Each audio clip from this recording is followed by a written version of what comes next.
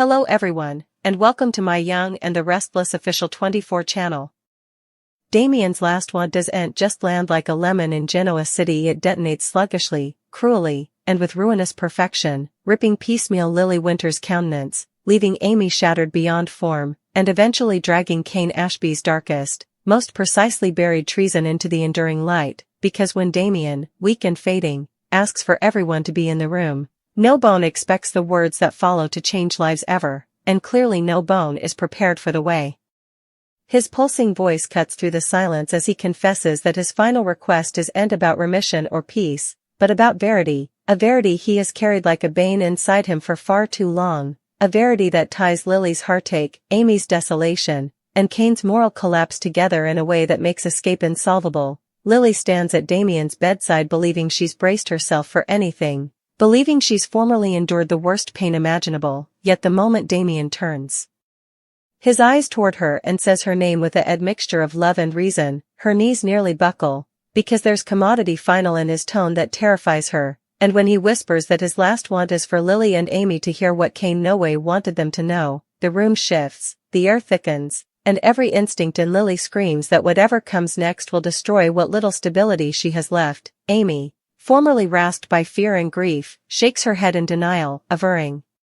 Damian needs rest, averring this isn't the time, but Damian insists he's running out of time, and he refuses to leave this world without unburdening his soul, without making sure the women he loves aren't left living a taradiddle drafted by Cain's ambition and poltroonery. Cain, standing stiffly near the door, knows it in his gut before Damian ever speaks the words. This is the moment he spent times dreading. The moment every manipulation, every elision, every calculated treason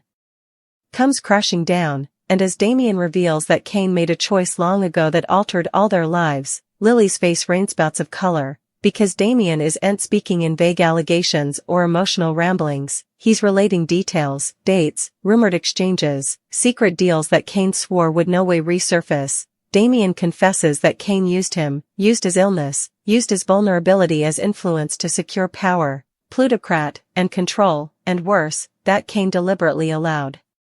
Lily to believe a taradiddle that bring her times of her life, times she can no way get back, and when Damian admits that Cain dragooned him to stay silent, promising protection and comfort in exchange for secretiveness, Lily lets out a sound that isn't relatively a sob and isn't relatively a laugh, because this isn't just treason, it's exploitation, it's atrocity dressed up as love, and suddenly every strange moment, every unanswered question, every uneasy instinct Lily pushed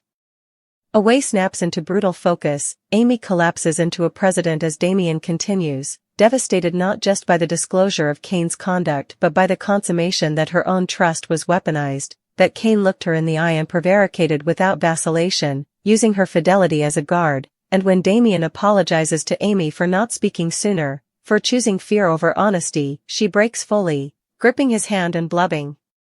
that none of this is his fault, that Cain is the one who should be shamed, and the room becomes a gauntlet of grief and fury as Lily turns sluggishly toward Cain, her eyes blazing with unbelief and treason so raw it's nearly unsupportable to substantiation. Cain tries to intrude, tries to explain, tries to justify his choices as despair, as survival, as love twisted by insolvable circumstances, but Lily wouldn't hear it, because Damian's final words have formally rewritten their entire history, revealing that Cain didn't just betray her formerly, but constantly, totally, every time he chose himself over her, every time he told himself the ends justified the means, and when Damian eventually reveals the most ruinous secret of all, that Cain designedly destroyed substantiation that would have cleared Lily of blame times agone, allowing her to suffer professional ruin and public demotion to cover his own standing. Lily's resoluteness shatters, her heart cracking under the weight of a verity so monstrous she can slightly comprehend how the man she loved could be able of it. Amy, pulsing with rage, demands to know how Cain could live with himself, how he could sit beside them, play the devoted mate, the concerned supporter, while knowing the pain he foisted was entirely avoidable, and Cain, cornered and exposed, can only offer concave guilt, words that sound rehearsed and inadequate against the desolation unfolding before him. Damian, exhausted but bent, makes it clear that this concession is his last act of love, his attempt to free Lily and Amy from the web of falsehoods that has suffocated them, and when he asks Lily not to let Cain rewrite the narrative after he's gone, not to let him claim remorse without responsibility. Lily nods through gashes, because commodity inside her has hardened. A line crossed that can no way be uncrossed. As Damian's strength fades, he squeezes Lily's hand and tells her she deserves a life untainted by Kane's shadow, a unborn erected on Verity, and those words echo like a oath as Lily realizes this isn't just an ending, it's a mourning, one forged in pain, but also clarity. Kane, watching Damian slip down, understands too late that his silence and manipulation didn't save anyone, that his treason has bring him everything that signified, because Lily doesn't just walk down from him physically, she severs him emotionally.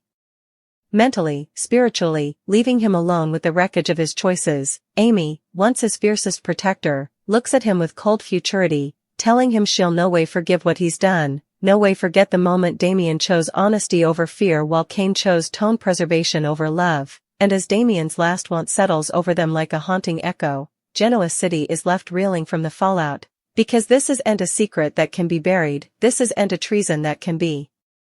smoothed over with justifications or grand gestures. This is a reckoning, one that will ripple outward, destroying alliances, reshaping commitment, and reconsidering who Kane Ashby truly is in the eyes of everyone who allowed they knew him, while Lily, broken yet bent, way into a future ever altered by the Verity she no way saw coming, a Verity Damian assured would eventually be heard, indeed if it shattered everything in its wake. In the fate of Damian's concession, the silence that settles over the room is nearly as ruinous as his words themselves, because it's a silence filled with everything that can no way be unsaid, everything that can no way be repaired, and Lily feels it pressing in on her casket as if the air itself has turned against her, each breath a memorial that the man she trusted, defended, and loved has been standing on a foundation of falsehood so deep and deliberate that it now feels insolvable to flash back a time when her life was still being shaped by Kane's retired hand. Amy, still clinging Damian's fritters as if letting go might abolish him, gapes blankly ahead, her mind replaying every moment Kane comforted her, every pledge he made about fidelity and honesty, and with each memory the desolation sharpens into commodity colder and more dangerous, because grief ultimately gives way to wrathfulness, and wrathfulness, formerly awakened, is merciless. Damian, fading but still sorrowfully apprehensive, watches Lily's face as if committing it to memory, knowing that his last gift to her is also his cruelest, because the Verity doesn't soothe her pain, it tears it wide open, yet he believes with everything he has left that she's strong enough to survive it, stronger than Kane ever gave her credit for, and when he murmurs that he's sorry for the timing, sorry for the chaos, Lily leans near and whispers that he saved her, that whatever happens coming, she'll no way again live in the dark. Kane, meanwhile, paces like a trapped beast, his despair growing as he realizes this moment cannot be controlled, cannot be spun, cannot be undone, and the mask he has worn for times begins to crack fully as he switches out, criminating Damian of misreading, of exaggerating, of wringing events out of bitterness, but the words ring concave, especially when Amy snaps back with a ferocity that stuns everyone, listing case after case, where Kane's interpretation of events accessibly served only him, where his explanations always arrived just in time to stop questions from being asked. Lily eventually finds her voice, and when she speaks, it's not loud or hysterical, but steady and murderous, asking Kane how long he planned to keep lying to her, whether he ever intended to tell her the Verity, or whether he simply assumed she'd no way find out. And Kane's vacillation, that single, ruinous pause, answers everything she needs to know. The consummation hits Lily harder than any cried concession could have, because it confirms that Kane didn't just betray her in moments of weakness, he made a strategy out of it, a long-term plan erected on the supposition that she'd always be in the dark, always be the one immolating while he advanced, and the pain of that knowledge reshapes her grief into resoluteness. Amy, rising unsteadily, demands to know what differently Kane has hidden, what other lives he's manipulated, what other trueness he's buried, and Kane's incapability to respond only energies the fire, because silence, now, is no longer defensive, it's indicting. Damian, summoning the last of his strength, urges them not to let this come about crying or vengeance, but about responsibility, about refusing to let Kane's narrative survive him, and Lily nods again, gashes streaming but posture unbroken, because she understands commodity profound in that moment that Damian's final want isn't just exposure, it's emancipation, and it comes with responsibility. As medical staff still move by, seeing the fragile moment Damian is approaching, Lily grips his hand and promises she'll not cover Kane presently, that she'll tell the verity no matter how unattractive it is, no matter who it hurts, and Damian smiles noiselessly, because that pledge means further to him than remission ever could. Kane tries one last time, approaching Lily with pulsing sincerity, averring that he loved her, that everything he did was to secure a future for them, but Lily recoils, eventually allowing her wrathfulness to face, telling him that love without honesty is just control, that everything he claims to have done for her stripped her of agency, quality, and choice, and those words land with brutal futurity, because they strip Kane of his favorite defense. Amy, watching this exchange, feels commodity break fairly inside her.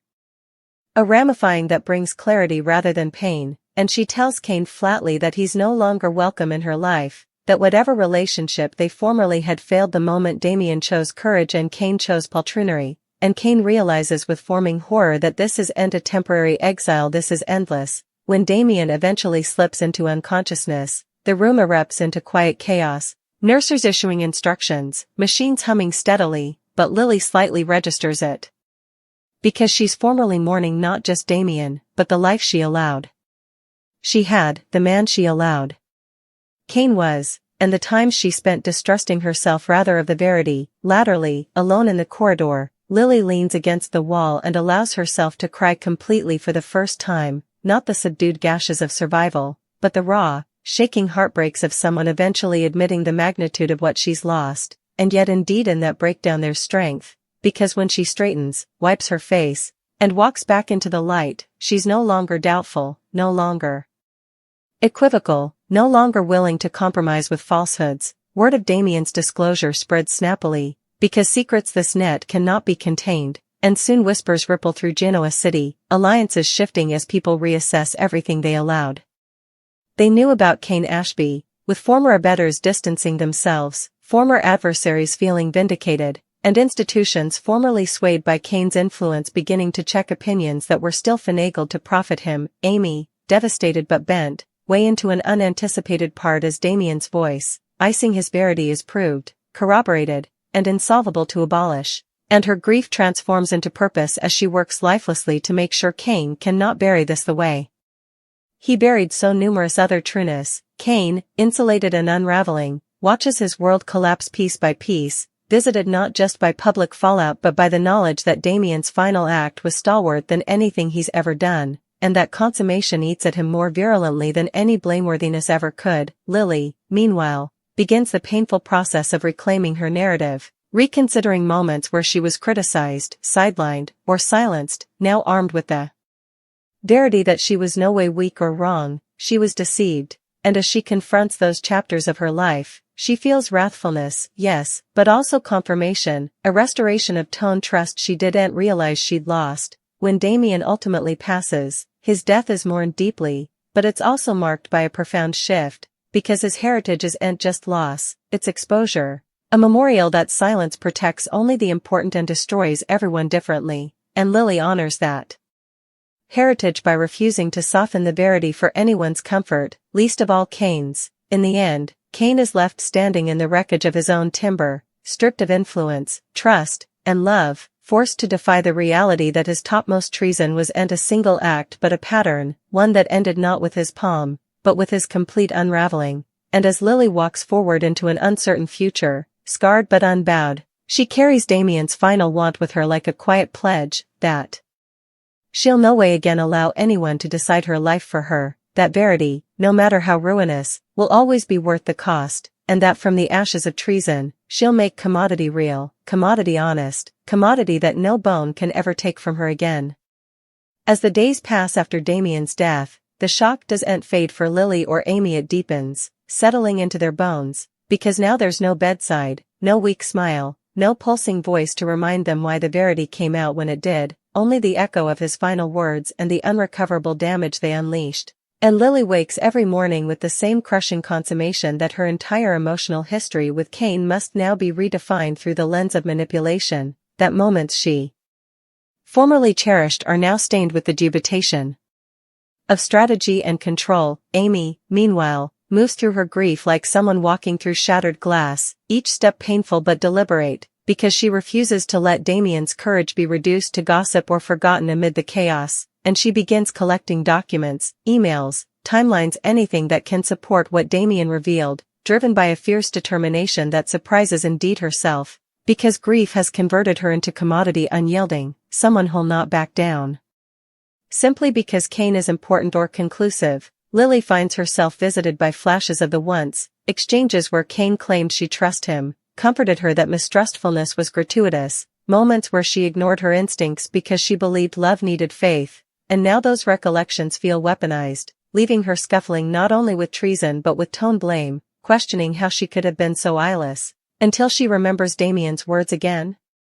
reminding her that deception works precisely because it targets the good, the pious, the trusting. Kane, for his part, attempts damage control nearly incontinently, reaching out to connections, spinning partial trueness, framing Damian's concession as the woeful deformation of a dying man, but the trouble collapses snappily because the cracks in his story are too egregious, the corroborating substantiation too substantial, and for the first time in his life, Kane discovers what it feels like to speak and not be believed, to maintain and not be trusted, to realize that his words, formerly his topmost armament, have lost their power entirely. Lily hears about these attempts secondhand, and rather of wrathfulness, she feels a nipping sense of check, because Kane's scrabbling only confirms what she formerly knows, that he's unable of genuine responsibility, that indeed after Damian's death, his first instinct is tone preservation rather than guilt. Amy confronts Kane directly one final time, not in rage but with intimidating calm, laying out the substantiation she has gathered and informing him that she'll not vacillate to partake it with anyone who asks, that Damian's verity is no longer vulnerable, no longer dependent on memory or emotion, and Kane, faced with the inarguable permanence of exposure, eventually understands that this is a reproach that will blow over, this is a defining chapter that will follow him ever. Lily, seeking space to breathe, throws herself into work, but indeed the ripples of Kane's treason follow her, associates offering quiet sympathy, some expressing guilt for having misdoubted her in the history, and while those justifications sting, they also bring confirmation, because Lily realizes she was no way imagining the resistance, the undermining, the subtle sabotage that dogged her career. It was real, it was finagled, and now it's eventually conceded, yet mending isn't direct. And there are nights when Lily sits alone, replaying Damian's final moments, wondering whether there was any way the verity could have surfaced without similar ruinous loss, whether Kane could have chosen else at any point, whether love ever truly regard into his opinions at each, and those questions loiter without answers, forcing Lily to accept one of the hardest truths of all, that check doesn't always come with understanding. Amy organizes a small keepsake for Damian, designedly intimate, refusing to let it come a spectacle, and Lily attends despite her fear that the feelings will overwhelm her, standing still as Amy speaks about Damian's integrity, his compassion, his struggle between fear and honesty, and when Amy says that Damian's final act wasn't one of vengeance but of love, Lily breaks down, because in that moment she completely comprehends the depth of his immolation, the courage it took to speak knowing the fallout would be brutal, knowing it would upend lives, and she feels both gratefulness and grief intertwined sorrowfully in her casket. Kane doesn't attend the keepsake, whether by choice or rejection no bone knows, but his absence is felt nevertheless, a silent acknowledgement that he no longer belongs in the spaces shaped by verity and sincerity, and that consummation hits him harder than any battle ever did, because rejection isn't loud or dramatic. Its final rumors continue to swirl through Genoa City, with some questioning how far Kane's influence truly reached, how numerous opinions were compromised, how numerous people were still pushed away to elevate him, and examinations begin to open, decelerate and regular, but grim, and Kane finds himself spending long hours alone, replaying Damian's words not as allegations but as a glass, one that forces him to defy the interpretation of himself he has spent times denying. Lily, sluggishly purely surely, begins to reclaim corridor of herself she didn't realize she had surrendered, her instincts, her confidence, her amenability to question narratives that don't sit right, and while the pain of treason remains, it no longer defines her, rather serving as a catalyst for metamorphosis, because Lily refuses to let Kane's conduct be the final chapter of her story. Amy, too, changes irrevocably, slipping the last remnants of naivete, arising stronger, sharper, and less willing to offer eyeless trust, yet she retains her compassion, recognizing Damian not by hardening fully, but by choosing honesty indeed when it costs her comfort. There comes a moment when Lily and Amy sit together in quiet reflection, admitting that despite everything, they're bound now by a verity forged in pain, and Lily tells Amy that she doesn't know what the future holds, but she knows one thing with certainty: she'll no way again immolate herself for someone differently's falsehoods, and Amy nods, understanding deeply, because they'd both paid too high a price for silence. Kane's downfall continues steadily, not with a single dramatic explosion but with a series of losses, influence eroding, connections ramifying, openings fading, and he begins to understand that this is the most befitting consequence of all, because he erected his power on control and secretiveness, and now he's left helpless and exposed, forced to live with the knowledge that Damian's honesty fulfilled in moments what Kane's manipulation sustained for times. As time moves forward, the injuries begin to scar rather than bleed, and Lily finds moments of peace where she formerly felt only wrath.